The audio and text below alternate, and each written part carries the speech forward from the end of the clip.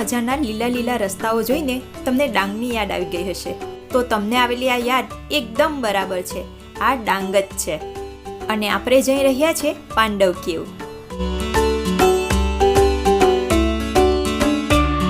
પાંડવ કેવનું અંતર સુરતથી 160 કિલોમીટર, આહવાથી 27 અને સાપુતારાથી 34 કિલોમીટર જેટલું થાય છે.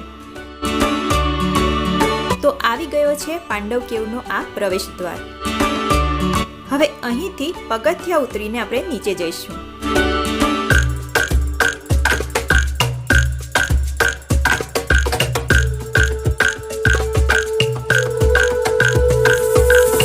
વધારે ચિંતા નહીં કરતા, પગથિયા એટલા બધા નથી, 200 જેટલા સ્ટેપ્સ છે જે આરામથી ઉતરી શકાય છે. અહીં સૌથી સારી વાત એ છે કે ધોધ સુધી પહોંચવા માટે તમારે પથરીલા રસ્તાઓ પર ટ્રેકિંગ નથી કરવું પડતું. અહીં છેક સુધી પગથિયાની વ્યવસ્થા છે, એટલે જો બચ્ચાઓ અને વડીલો તમારી સાથે હોય તો પણ ટેન્શનની જરૂર નથી.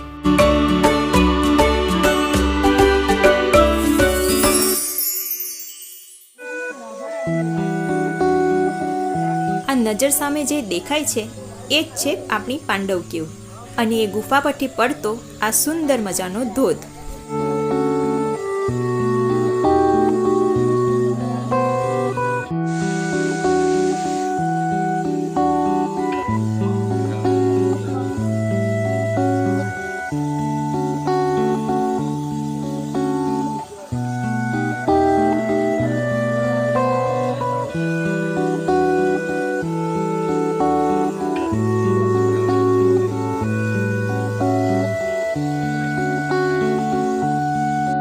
આ ગુફાનું મુખ ખૂબ વિશાળ છે, પરંતુ તેની ઊંચાઈ ઓછી છે, એટલે તમારે નીચા વળીને અંદર જવું પડશે.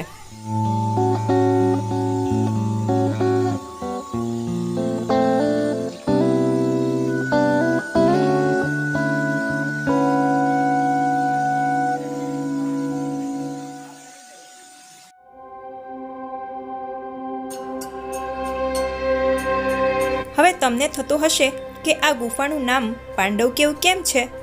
તો તેના વિશે એક દંતકથા પણ અહીં પ્રચલિત છે, જે તેને પાંડવો સાથે જોડે છે.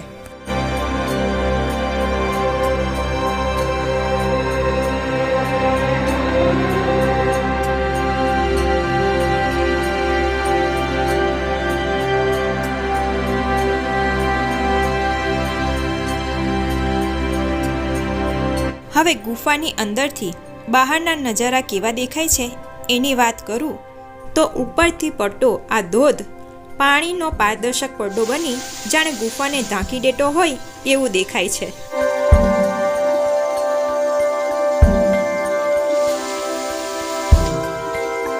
તમે ગુફામાં બેસીને ધોધની મજા માણો.